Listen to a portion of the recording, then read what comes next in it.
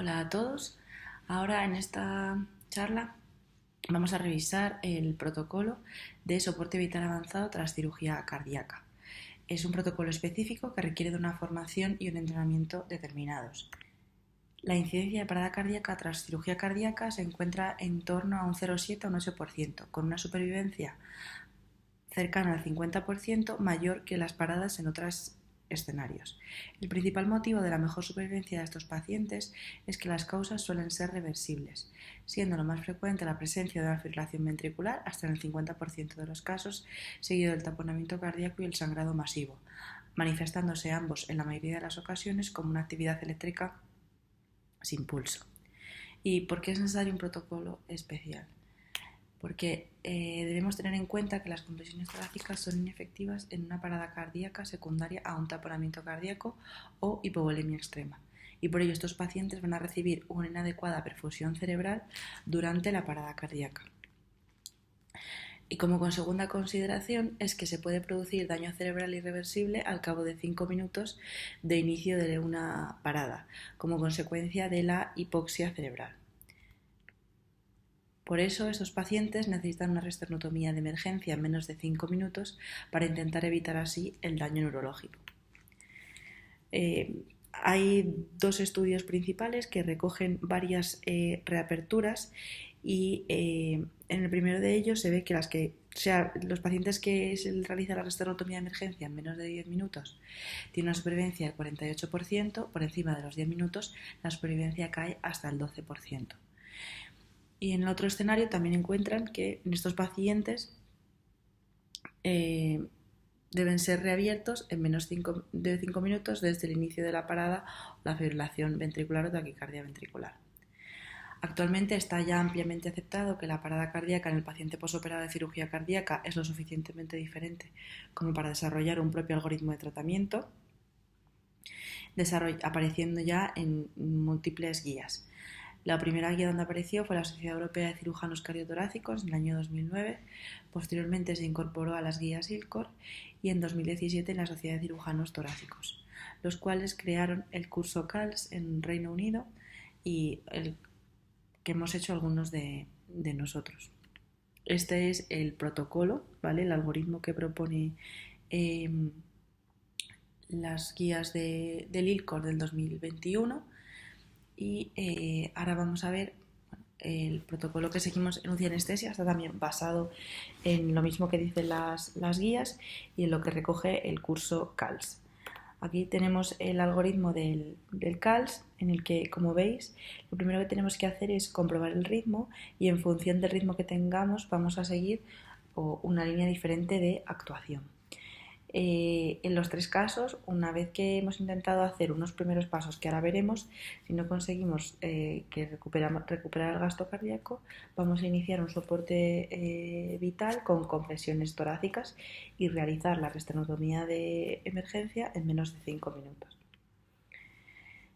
¿Cómo diagnosticamos una parada? Bueno, pues como ya hemos visto en la charla sobre soporte vital, si el paciente está despierto, lo primero que vamos a tener que hacer es ver si está consciente o no y si respira o no respira con normalidad. Pero si tenemos un paciente intubado, si el electrocardiograma muestra una fibrilación ventricular y asistolia, vamos a avisar inmediatamente de la presencia de una parada cardiorrespiratoria.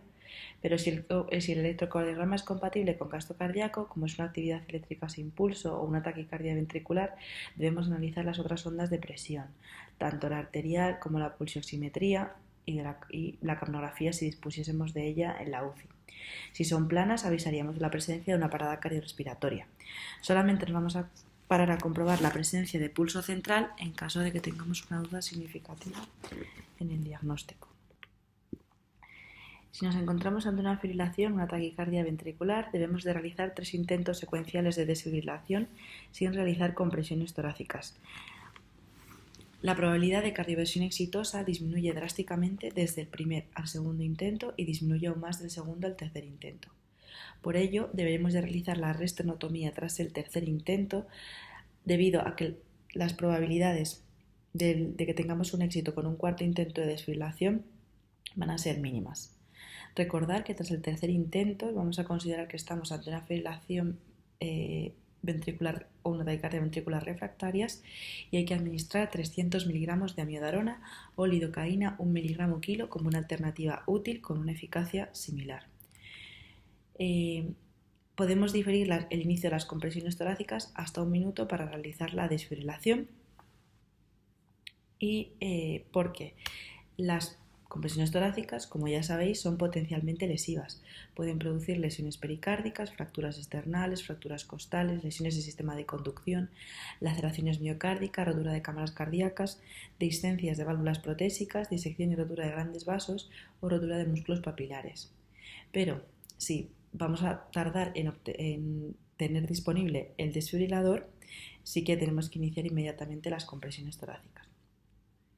En el caso de que nos encontremos ante una asistolia, también vamos a poder diferir el inicio de las compresiones torácicas 1 minuto e intentaremos optimizar el marcapasos temporal. Si el paciente dispone de cables epicárdicos, lo que haremos es intentar encender el marcapasos, y si no tiene, pues podríamos emplear el marcapasos transcutáneo del desfibrilador. La atropina ya no se recomienda como parte rutinaria del protocolo. ¿Qué haremos con el marcapasos? Pues ante una bradicardia extrema o una sistolia pondremos el marcapasos en modo DDD a 80-100 latidos por minuto con un voltaje de salida auricular y ventricular máximos.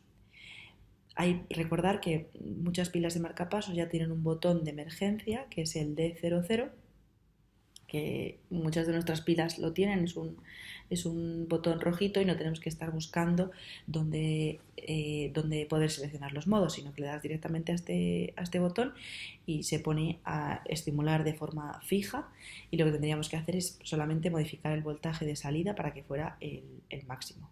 En ausencia de cables epicárdicos vamos a realizar estimulación externa transcutánea con el modo marcapasos del desfibrilador, pero en este caso debemos priorizar las compresiones torácicas porque no estamos tan familiarizados con esta técnica y suele retrasarse bastante su implementación.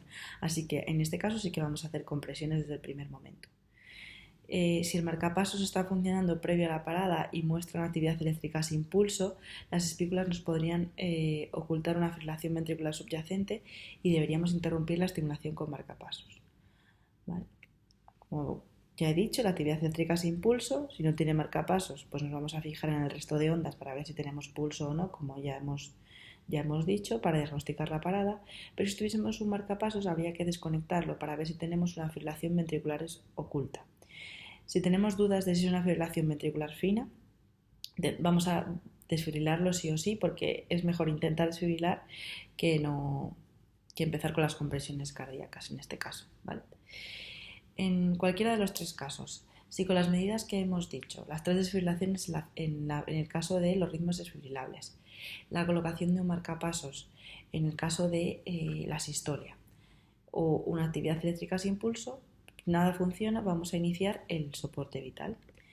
Vamos a parar aquí sí las bombas de perfusión, porque la administración inadvertida de un fármaco es otra posible causa de parada cardíaca en estos pacientes, que además llevan drogas. Habitualmente lo que tienen en perfusión son drogas vasoactivas y hipnóticos o opiáceos. Y el cese de la administración de sedantes durante unos minutos en el contexto de una parada cardiorrespiratoria donde la perfusión está muy disminuida, pues es improbable que lleve a despertarse al enfermo. Incluso si tenemos dudas, lo que habría que hacer en este caso es administrar bolo de midazolam, pero sí o sí tenemos que quitar las perfusiones. Y luego recordar que si tenemos una parada cardíaca con un balón de contrapulsación, pues que si el paciente está en asistolia en una actividad eléctrica sin pulso con una estimulación de marcapasos previa, podría continuar activándose el balón de contrapulsación, pero lo que vamos a tener es una pérdida del componente cardíaco de la onda de presión del balón y una pérdida de la pulsatilidad de las otras ondas, tanto de la onda de pulsioximetría como de la capnografía si tuviésemos capnografía monitorizada. Deberíamos de desactivar transitoriamente el balón de contrapulsación, confirmar que estamos ante una parada cardíaca y activar en este caso el modo disparo por presión, si la máquina del balón tiene esta opción, que va a sincronizarnos el inflado del balón con las compresiones torácicas, mejorándonos la presión arterial media y la presión de perfusión coronaria. Si el tiempo, vamos a estar un tiempo sin hacer compresiones, podríamos poner el balón de contrapulsación en modo interno a 100 latidos por minuto hasta que reiniciemos las compresiones torácicas. Entonces, cuando ya hemos hecho todo esto, vamos a iniciar el soporte vital con 100-120 compresiones por minuto y debemos confirmar la efectividad de las compresiones con la onda de presión, intentando un objetivo de presión arterial sistólica por encima de 60 milímetros de mercurio. La incapacidad para alcanzar dicho objetivo indica que el taponamiento o la hipovolemia extrema son bastante probables. En este punto de aquí también debemos de comprobar la ventilación y la vía aérea. Es preferible ventilar con ambú para hacer todas estas comprobaciones con una FIO2 del 100% a 15 litros. Comprobaremos la posición del tubo endotraqueal, cómo está el balón de neumotaponamiento, si hay o no exhalación. Intentaremos pasar una sonda para, si es posible que esté obstruido el tubo, habrá que cambiarlo. Tocaremos la tráquea para ver si está centrada o desviada, lo cual nos podría indicar un neumotórax. Inspeccionaremos el tórax y ocultaremos a nivel de ambas axilas y en el epigastrio. Y si sospechamos un neumotórax, sobre todo si tenemos pleuras cerradas, pues tendremos que colocar un catéter en línea media clavicular bajo la segunda costilla, que es la que se une con el manubrio external, ¿vale? Para que nos sea fácil de localizar. La adrenalina no se recomienda de rutina porque la parada cardíaca postcirugía cardíaca, ya que si el paciente recupera gasto cardíaco va a poder desarrollarse una hipertensión arterial grave y un mayor sangrado. Ningún estudio controlado con placebo ha demostrado que mejore el pronóstico neurológico a la alta hospitalaria y aunque aumente la recuperación de la circulación espontánea, no mejora la supervivencia. Por eso en estos pacientes, mucho cuidado con la administración de adrenalina. Deberemos de ir descartando las causas desde que iniciamos el soporte vital.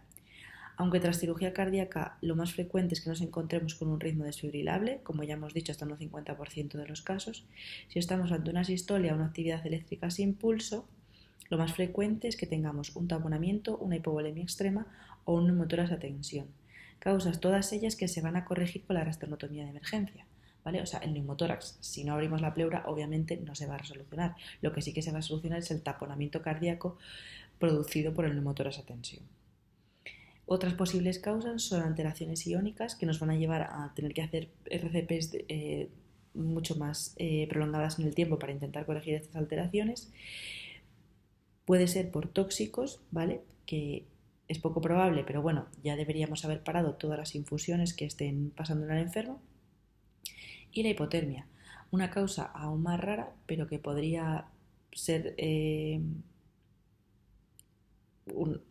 podría ser un motivo de parada cardíaca. Y aquí lo que tendremos que hacer es un calentamiento activo, porque como ya sabéis, todos estos pacientes ya vienen haciéndose, una vez salen a RECUS, empieza con un calentamiento pasivo. Si con ese calentamiento pasivo el paciente aún así está hipotérmico y ha sido causa de la parada cardíaca, pues tendremos que ser mucho más agresivos. La resternotomía en UCI está indicada cuando tenemos una fibrilación ventricular o taquicardia ventricular refractarias o una sistolia o actividad eléctrica sin pulso que no se resuelven con la estimulación con marcapasos, en las que hemos excluido todas las causas reversibles, pues vamos a hacer la resternotomía en menos de 5 minutos si el paciente lleva menos de 10 días operado. Podríamos retrasar la realización de la resternotomía si tenemos presiones arteriales sistólicas medias por encima de 60, aunque es poco probable que vayamos a tener mejores resultados que si no hacemos la resternotomía. ¿Qué pasa si tenemos una parada de más de 10 días? Bueno, pues que el masaje cardíaco interno sigue siendo superior a la reanimación mediante compresiones torácicas, aunque tenemos que valorar que estos pacientes seguramente ya hayan desarrollado adherencias significativas a nivel del pericardio y que solamente debería realizar la resternotomía un médico experimentado, porque puede ser muchísimo más dificultosa. Si la parada cardíaca se produce fuera de la UCI, la resternotomía es menos efectiva y no se puede recomendar realizar de rutina, aunque las estrategias de desfibrilación, más estimulación de marcapasos y las recomendaciones de adrenalina sí que son apropiadas. Deberíamos de definir unos protocolos locales que determinen en qué circunstancias justificaría la realización de una resternotomía fuera de la UCI, pues en qué plantas sí la podríamos hacer y en qué plantas no, y el personal necesario para hacer esta técnica. Es preferible que sea el propio personal de UCI con su instrumental el que se desplace a la planta y junto con el cirujano realice la resternotomía allí. Y si creemos que no es posible realizar un protocolo de esos en nuestro hospital, pues lo que habrá que hacer con estos pacientes es trasladarlos inmediatamente a quirófano, no intentar estabilizarlos, sino que con el paciente parado dándole masaje cardíaco nos lo llevaremos a quirófano. El set básico de esternotomía de emergencia tiene que estar disponible en todas las UCIs que atienden a pacientes operados de cirugía cardíaca y debe de contener solamente el material esencial, que son 5 piezas, para que no nos liemos: el bisturí, el cortalambres, el portaagujas, el separador external y el aspirador. También podría ser útil añadir un paño estéril y unas tijeras quirúrgicas. Además, aparte del set de esternotomía, debemos disponer de un set completo de cirugía cardíaca que solamente abriremos una vez se haya hecho la esternotomía si es necesario.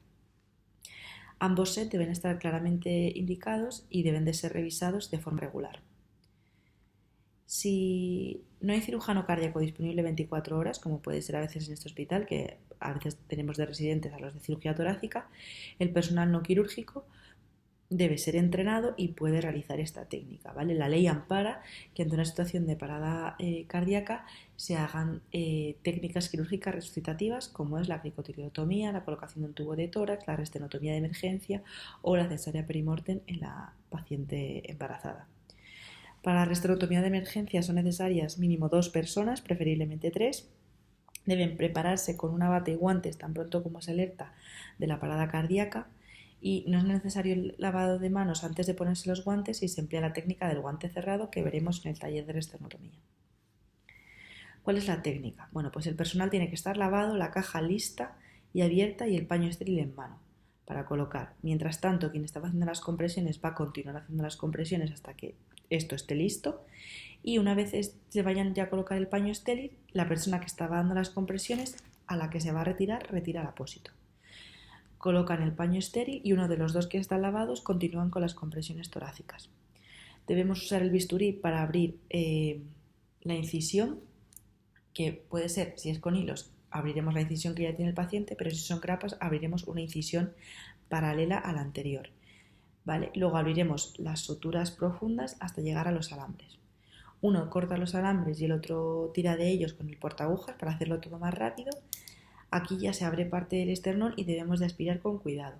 Colocar el separador external e identificar cuidadosamente los injertos coronarios y realizar masaje cardíaco interno con 2 manos. Y desfibrilación interna si es necesario. El masaje cardíaco interno ha demostrado ser superior a las compresiones torácicas, ya que mejora la presión de perfusión coronaria, aumenta la tasa de recuperación de la circulación espontánea, mejora el flujo sanguíneo de todos los órganos y la tasa de supervivencia. La técnica de masaje cardíaco interno es una técnica potencialmente lesiva, por lo que debemos estar entrenados en su realización, porque puede producir abulsiones de injertos coronarios. La arteria mamaria izquierda es la arteria con mayor riesgo de lesión. También podemos dañar el ventrículo derecho, sobre todo si es fino o está dilatado. Y en los pacientes con válvulas implantadas tenemos que tener mucho cuidado con la movilización del corazón. En caso de una sustitución o reparación de la válvula mitral, debemos tener cuidado de no levantar el ápex, ya que puede causar una rotura ventricular posterior.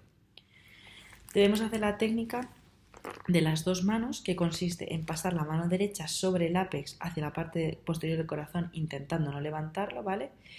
Y luego poner la mano izquierda encima, comprimiendo al mismo tiempo con los dedos rectos y las manos planas para hacer una distribución bastante homogénea de la presión.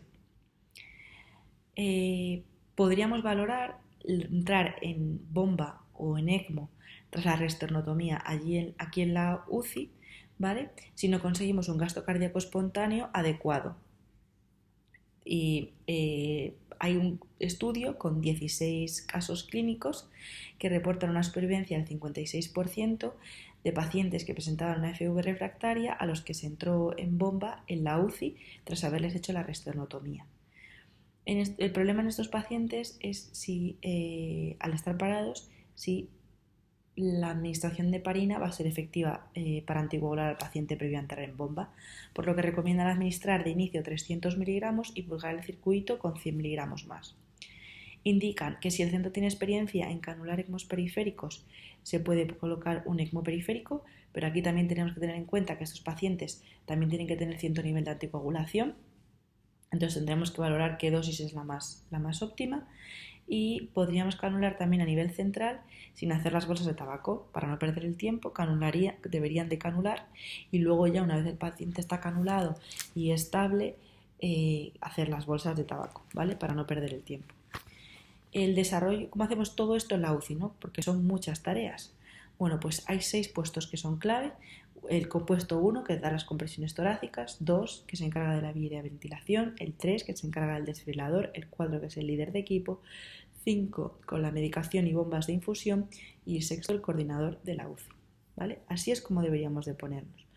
El que detecta la parada, avisa a todo el mundo, intenta, como ya hemos dicho, si es una FV y ha pedido el desfibrilador, hacer las 3 salvas de desfibrilación. Si es una sistolia, en colocar el modo marcapasos, colocar el marcapasos y ponerlo en modo de emergencia. Y si es una actividad eléctrica sin pulso que tiene conectado el marcapasos, desconectar el marcapasos para ver cuál es el ritmo de base. Después de todo esto es el que va a empezar con las compresiones torácicas. Alguien podría ponerse enfrente para ir relevándole. El 2 es el que se va a encargar de todo el tema de la vía aérea y la ventilación. El 3 de la desfibrilación. El 4 va a ser el líder, que como veis aquí tiene que estar fuera, no puede hacer ninguna tarea. Tiene que estar pendiente de toda la coordinación de toda la parada, pero no puede hacer ninguna tarea específica. El 5, que se va a encargar de la medicación y de las bombas de infusión, y el 6, que es el coordinador de UCI. Y además de estos 6 puestos, tenemos que tener 2 más para realizar la resternotomía de emergencia.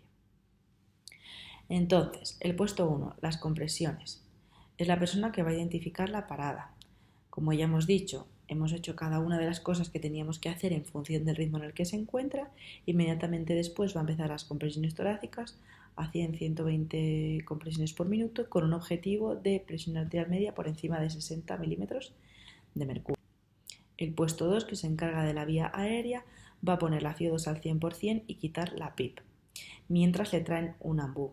Después ventilaremos con bolsa ambú para diagnosticar que el tubo endotraqueal está bien puesto o la cánula de traqueostomía, para comprobar que la tráquea está centrada, auscultar ambas bases pulmonares a nivel axilar, auscultar a nivel del epigastrio. Solamente pedirá a la persona que está haciendo las compresiones que pare las compresiones si tiene alguna duda con el diagnóstico. Y ya después volverá a hacer 6 respiraciones por minuto de forma independiente a las compresiones. Podríamos valorar conectar nuevamente al respirador si la vía aérea y la ventilación están aseguradas, pero muchas veces con las compresiones torácicas el respirador no es capaz de ventilar correctamente y en ese caso seguiríamos con el ambú. El desfibrilador debe ser alguien entrenado en la lectura de ritmos cardíacos, ¿vale? Para perder el menor tiempo posible en el análisis de ritmo. Las palas deben estar colocadas, el desfibrilador preparado para detener la RCP y comprobar el ritmo cardíaco. Si estamos ante una FV, una taquicardia ventricular, vamos a aplicar 3 descargas seguidas.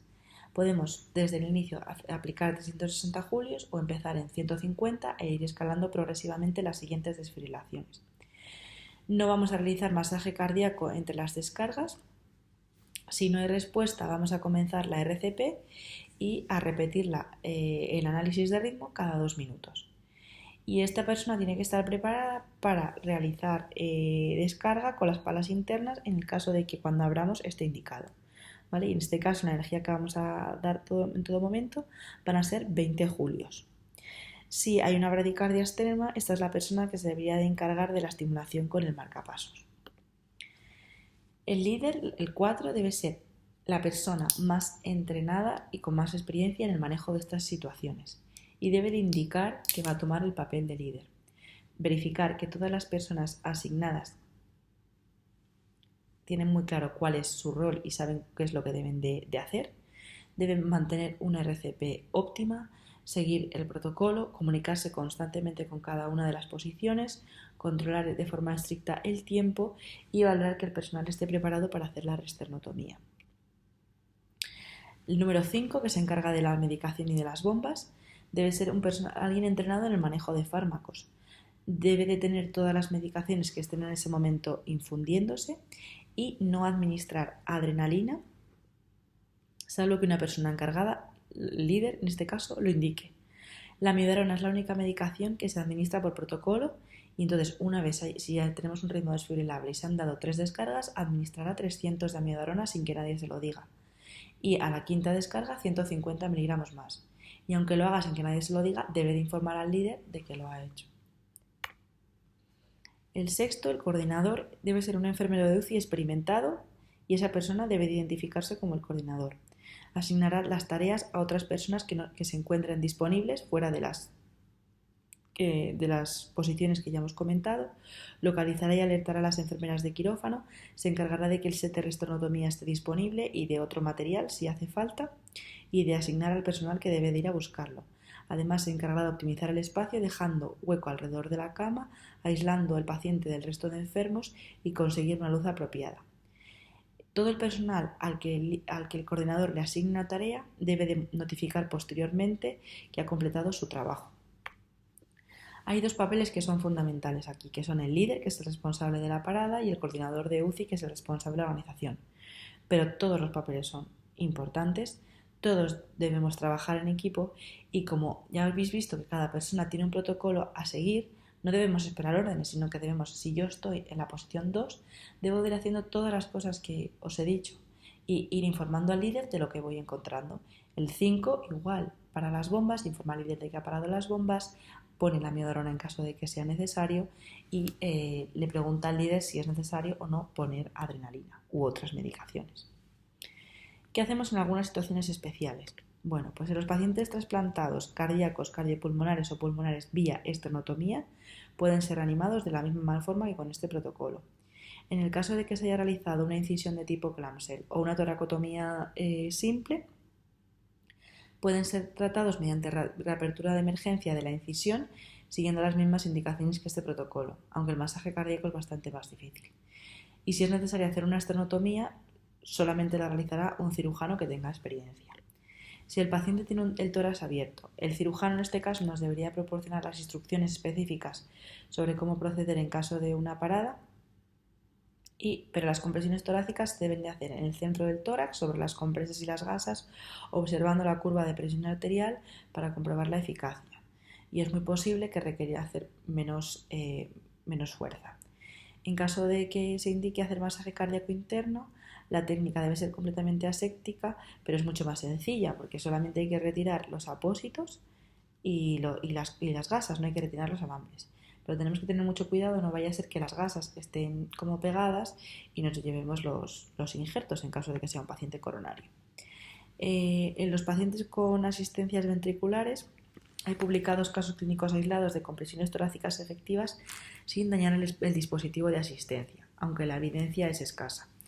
Las compresiones torácicas podían ser especialmente útiles para descomprimir el ventrículo derecho no funcionante, que es muchas veces una causa de parada cardiorrespiratoria en estos pacientes, ¿vale? Les colocamos una asistencia izquierda y fracasa el ventrículo derecho. Los pacientes que tienen un Heartmate o un Hartwell deben ser reanimados mediante el mismo protocolo que ya hemos visto, pero el diagnóstico de la parada en estos pacientes puede ser difícil y debe considerarse que está parado si la curva de presión arterial es igual que la curva de presión venosa central. Nos podría ayudar la capnografía también, el eco transtorácico o transesofágico y el Doppler de una arteria principal. Pero también debemos de fijarnos, por ejemplo, en las pantallas de control de estos dispositivos que muchas veces nos van a dar cuál es el flujo y eso nos puede ayudar a valorar si está o no está el paciente parado. Si el paciente está consciente o no tiene datos de bajo gasto, aunque esté fibrilando o en asistolia, puede ser que la asistencia le dé un gasto cardíaco suficiente y nos dé mucho más tiempo para poder manejar estas situaciones o solucionar la arritmia que sea. En los pacientes operados de cirugía cardíaca sin esternotomía, debemos de tener unas instrucciones específicas por parte del cirujano de cómo deberíamos proceder en estos casos. Debéis de saber que el masaje cardíaco es difícil desde una toracotomía derecha y que, como hemos dicho antes, la esternotomía en este caso solo la debe hacer un cirujano con experiencia. Y además aquí deberíamos de avisar a la enfermería de quirófano para instrumentar. Y por último, la incisión subsifoidea, aunque podemos pensar que es más rápido porque no hay que quitar alambres, tiene varios argumentos en contra, porque es una técnica que es complicada y potencialmente peligrosa, que es difícil saber cuándo está claramente indicada, Precisa también de asepsia como la resternotomía y no aborda el problema de una parada en caso de que la causa no sea un taponamiento cardíaco. Y además no permite realizar masaje cardíaco interno, por lo que va a llevar a retrasar la realización de la resternotomía. Por ese motivo no está recomendada ni en las guías ni se incluye en el protocolo. Y por último, hay formas alternativas de cierre external que el cirujano debería de avisarnos y de guardia debería de estar alguien que sepa cómo manejar estos dispositivos. El más complicado de todos es este de aquí, que tiene un cierre específico que hay que soltar, no sé de qué manera, pero que tiene una forma específica para poder abrirlos. Pero el resto, este de aquí, que es el FlexiGrips o los ZipFix, pues son bastante fáciles de quitar, como los alambres que usamos habitualmente. Y luego en algún sitio se usa una pasta que llaman kriptonite que adquiere una solidez mucho mayor que el propio hueso y en este caso lo que hay que hacer es abrir con una sierra external. Así que aquí también tendría que hacerlo un cirujano con experiencia. Y hasta aquí todo el protocolo de RCP postcirugía cardíaca. Muchas de estas cosas las vamos a ver luego en los talleres, pero bueno, si tenéis dudas podéis preguntarnos o el día de la parte práctica o escribirme a mi correo o preguntarme si me veis por el pasillo. Muchas gracias a todos.